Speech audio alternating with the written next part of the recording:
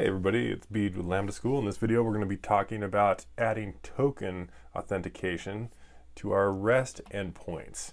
So what we'd like to be able to do is use token authentication with a REST endpoint and then use that token to do further web requests. So far we've been relying on the fact that we've been logged in through a session through the web API in the browser. But if this is really a REST endpoint, then what we want to be able to do is use Axios or some other way of doing XHR or AJAX requests from a web app and get that done. And in order to make that happen, we need to authenticate somehow. So we're going to set up REST token authentication with the Django REST framework. And once we have that installed and configured, then we need to add a new endpoint that we can connect to authenticate. And once we connect to that endpoint for authentication, we will get back a token. And then we're going to test that endpoint. We can use Postman to test it, but we're going to use a command line tool called curl to test it in this case. So what do we have to do in order to make this happen? So the first thing we need to do is set up token authentication. We've already installed the REST framework, but what we're going to do is go into our settings and add a little bit of boilerplate for setting up the authentication stuff. So in our settings.py, we need to add authentication to our installed apps. We've already added REST framework here, but we need to add a little bit more configuration here. We're going to add auth token. There we go. So this will say, now we want to use the token authorization code within the REST framework. Let's see here. We already added a REST framework config to this file down here with our default permission classes, but we want to add a little bit more to this. So let's go ahead and add the default authentication classes as well. And in here, I'm going to make a tuple, and we're going to use the REST framework authentication token authentication.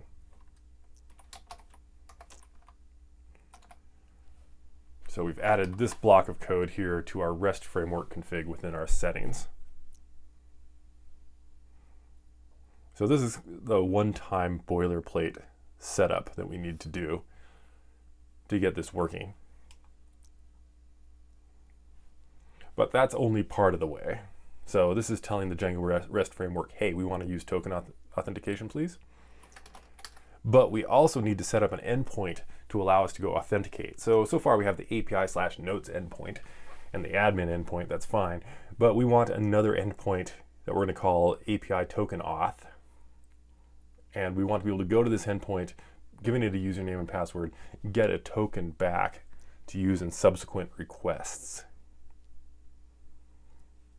So in order to do that, we need to go to our URLs because this is where all our endpoints are defined. So in our project URLs file, we see we already have admin and API defined. I'd like another path here that is API token auth. And then we're going to need some more stuff out here.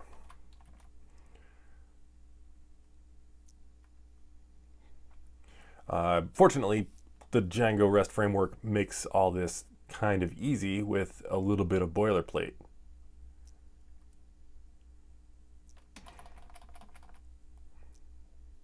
So let's go from REST framework.auth token.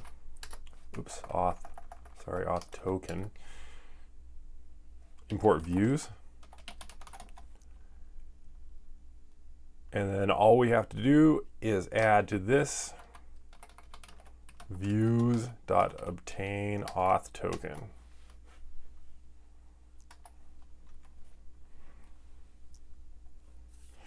And that's all the magical work we have to do. So we added this line right here, get the views from the REST framework auth token module, and then pass the obtain auth token. This is probably a method out of views when declaring the new path.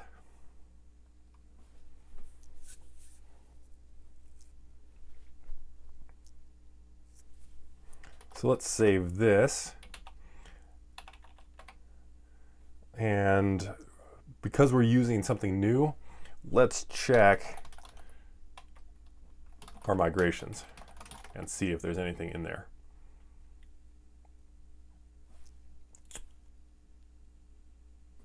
Invalid syntax on our settings probably means we're forgetting a comma. Whoops. Let's give that a try again. All right. So, show migrations gives us this. We now are using the auth token installed app here, and we're missing a couple migrations that haven't been done yet. So let's go ahead and migrate. That'll set up our auth token stuff. All right, so at this point, I'm going to try running the server and see how that goes. Great. I'm going to bring up another window here in our terminal. And so the server's still running over here. From here, I'm going to use this curl command to test this out. Now, you might ask yourself, why don't we use Postman? Because we're used to Postman for sending web requests, and it's a nice, clean API or user interface. And it is. It's a great one. You should totally use it. But there might be times when you're SSH'd into a server somewhere and you don't have easy access to Postman from that server. And maybe you don't have a GUI at all. Maybe you're just on the command line. In cases like that, curl is really invaluable. It's a good tool to be able to know. So I'm going to make a request with curl, a post request, to try to log in using that API token auth endpoint that we just added. Curl has a lot of command line options, but I'll talk through the ones that we are going to use here. Note that if you're on Windows, or especially if you're on PowerShell, this command line is a little bit different, so check the training kit information for a Windows command line. But on Linux and Mac OS, this should work fine. So curl is the name of the command. If I run it, it says, hey, try curl -- help. You might want to just Google for tutorials because the help is pretty dense. It's got a whole lot of stuff in it. Difficult to figure out exactly what it is you wanted to do out of all this stuff. But what we're going to do is -x to say what kind of request this is. Get, post, or whatever. This one's going to be a post request. Secondly, I'm going to add a header to the HTTP request. I want to tell it what content type we're going to pass in. And as we log in, we're going to pass in JSON data. So I'm going to tell it, add a header for content type being application JSON. So this will add an HTTP header. And then we are going to do some data. We want to actually pass some post data. This is a post request, so we should pass some data to make that happen. So -d to pass some data. And then we are going to give it a username. And I'm going to go ahead and log in as admin. And then we are also, oops, this is JSON. Make sure I'm doing this right. Username is admin. And then the password is going to be my password. A password I don't use anywhere else except on this one demonstration for the record. So that's the end of my JSON request.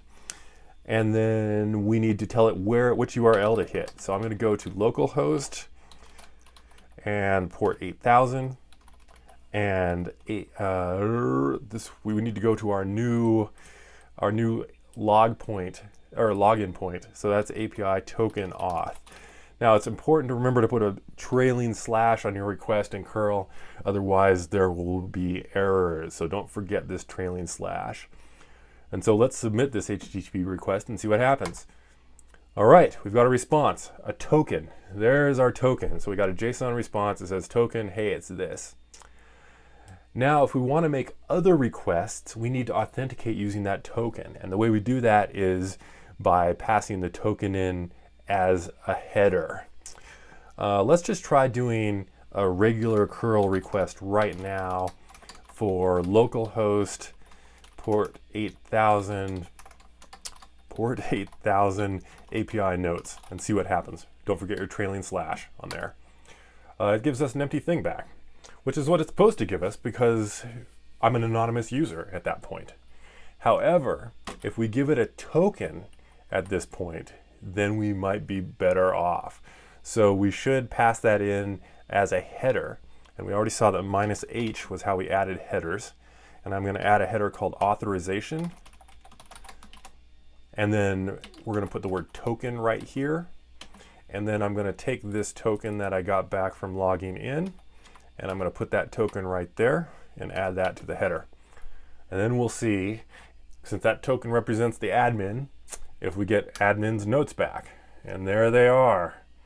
So here is personal note for admin, which is great. All right, so it worked the way we wanted. Let's go get another token. I'm going to go back to my get token, and I'm going to log in as Fred instead of admin. You may notice here that Fred has the same password as admin. You shouldn't do that in real life ever, of course, but here is just demonstration purposes. And here we have another token that we've gotten back. It's different than the token we got from admin. So we're going to take this token, and we're going to use it in our web request. So I'm going to copy that. And I'm going to look back here. Here's our authorization where we get the notes. I'm going to delete admin's token. We're going to put in Fred's token instead. And here we see we get Fred's note back. So, all right, that's working properly. One important thing to note here about the token. Clearly, if I have the token, I can act on behalf of Fred or on behalf of admin if I have admin's token. A token itself is as good as a username password combination. In fact, our security is assuming that if you have the token, you must have had the username and password, or else you couldn't have gotten the token. So because of this, it's very important that tokens remain secret. And here we're committing kind of a security violation by just using HTTP in our requests instead of HTTPS, because these requests are going out over the wire unencrypted. Anybody could sniff them off the wire or out of the air if you're on Wi-Fi. And in fact, in the days before HTTPS was widespread, there was a great hack that somebody put together, an app that you could basically run at Starbucks, and you could see everybody who's logged into Facebook. You could see all their tokens, and then you could assume their identities by simply stealing their tokens. And once that app got out and became vaguely widespread, Facebook decided, hey, we're not going to support HTTP anymore. It's HTTPS only. And now HTTPS only is considered the way things should be. A lot of sites redirect you to HTTPS if you try to hit them with HTTP. So keep that in mind for security purposes in the future. All right, so as a challenge, there are a couple other kinds of authentication you can add. There are a bunch of supported authentications. Go ahead and add those to your project as well. And as always, thanks for watching.